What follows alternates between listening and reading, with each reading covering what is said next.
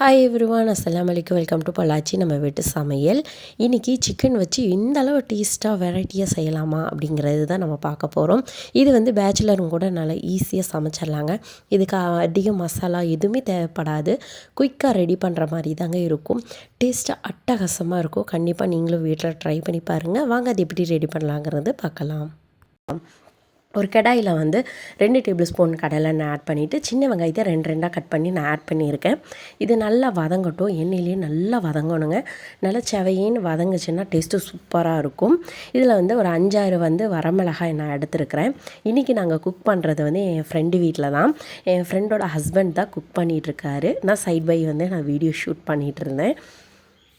அதுவும் பார்த்தாமல் இந்த டேஸ்ட் வந்து பக்கா செம்மையாக இருந்ததுங்க. நான் இது நாள் வரை இந்த அளவு டேஸ்ட்டு நான் சாப்பிட்டதே இல்லை. அவ்வளோ சூப்பராக இருந்தது. அதனால தான் நான் இந்த வீடியோ வந்து அப்லோட் பண்ணுறேன்.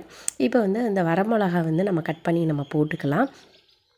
சரியாக சொல்லணும்னா 6 வரமிளகாய் நம்ம ஆட் பண்ணியிருக்கோம். காரம் ஜாஸ்தியாக சாப்பிட்றவங்க கொஞ்சம் எச்சாங்க கூட சாப்பிட்டுக்கலாம். டேஸ்ட்டு சூப்பராக இருக்கும். இது கூடயே வந்து இஞ்சி பூண்டு விழுதை வந்து 1 டேபிள் ஸ்பூன் அளவு நான் ஆட் பண்ணியிருக்காங்க அவங்க. இப்போ இதை நல்லா மிக்ஸ் பண்ணிடுங்க.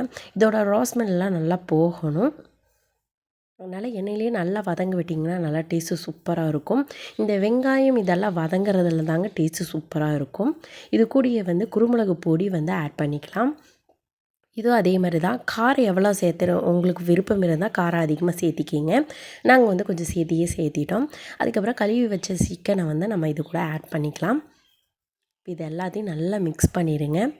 தண்ணி எதுவும் எக்ஸ்ட்ரா சேர்த்திடாதீங்க. தண்ணியிலலாம் குக் ஆகக்கூடாது. இந்த எண்ணெயில் இந்த குருமிளகுலேயே தான் இது நல்லா வெந்து வரும். இது கூட கொஞ்சம் மஞ்சத்தூள் ஆட் பண்ணிக்கலாம், கலருக்கு வேண்டியதான். இது வந்து ஆப்ஷன் தான். வேணுங்கிறவங்க சேர்த்திக்கிங்க, இல்லைன்னா வேண்டாம். இப்போ எண்ணெயிலேயே நல்லா சுண்டி வந்திருக்கு பாருங்க. சிக்கன் எல்லாம் வெந்துருச்சு. இது செய்யறதுக்கு ஒரு 5-10 நிமிஷம் போதும். குயிக்காக ரெடி பண்ணிடலாம். பாருங்கள், நம்ம தண்ணி எதுவுமே ஊற்றலை, ஆனால் தண்ணி பிரிஞ்சு வந்திருக்கு பாருங்கள்.